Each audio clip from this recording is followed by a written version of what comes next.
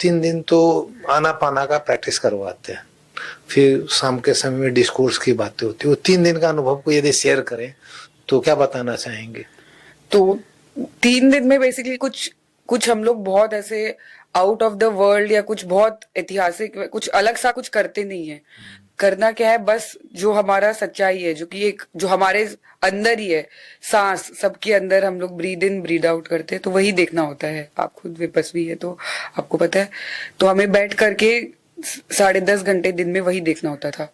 तब एक चीज जो डे 1 में रियलाइज होता है कि ये मन बड़ा चंचल है, हमेशा ये सुनते हैं, पर 5 मिनट से ज्यादा इंसान कंसंट्रेट नहीं कर पाता है। कभी मन भागता है इधर, कभी मन भागता है इधर। अच्छी चीज थी तो अच्छा फील करता है, बुरी चीज थी तो बुरा फील करता है, और वो रियलाइज ही नहीं होता है।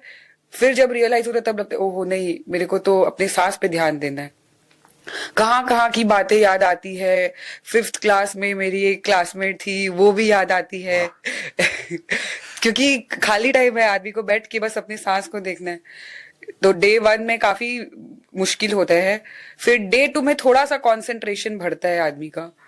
डे 3 तक थोड़ा कंसंट्रेशन और बढ़ जाता है, थोड़े थॉट्स आने कम हो जाते हैं, क्योंकि डे 3 में आपको जो एक आप फोकस कर रहे हो, फोकस एरिया छोटा दे देता है। जो आपको नोज के एरिया में फोकस करना होता है कि सांस कैसे आ रहा है नहीं आ रहा है, और छोटे एरिया में, तो क्योंकि एरिया छोटा हो जाता है आपको एक कंसंट्रेशन करना पड़ता है।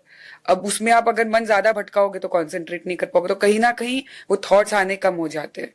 और रही डिस्कोर्स की बात, तो डिस्कोर्स तो मतलब मुझे ऐसे लगता था कि वो बोलते ना, मोती है, मोती जैसे लगता था कान में कि बोलते रहे। हाँ, कि गुरुजी बोलते रहे, वो खत्म हो गया ऐसे लगता था। अच्छा। क्योंकि जो हमने सीखा है, उस जो प्रैक्टिस कर रहे दिन भर, उसका मतलब पता चल रहा है। और कहीं ना कहीं जो मन में क्वेश्चन आता था, उसका आंसर अपने आप ही रात में मिल हाँ जाता वही था। तो, मतलब जो दिमाग में आया ऐसे लग रहा कोई पढ़ रहा है हाँ। दिमाग में। तो बैठने का जो पोस्चर था वो कितना सुखद था या दुखद था?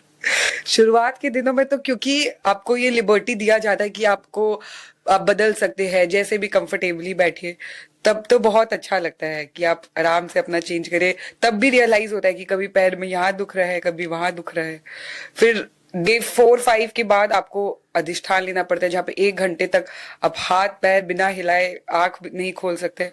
तब भी बहुत मुश्किल होता है। मतलब फर्स्ट डे मुझे याद है, मेरा जो सबसे बड़ा रिकॉर्ड था वो अराउंड 30 मिनट्स था।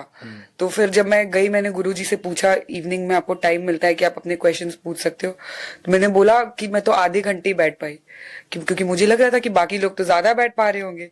फिर उन्होंने बताया नहीं, तुम सोचो कल तक तो तुम आधे घंटे भी नहीं बैठ पा रही थी, आज कम से कम आधे घंटे तो बैठी।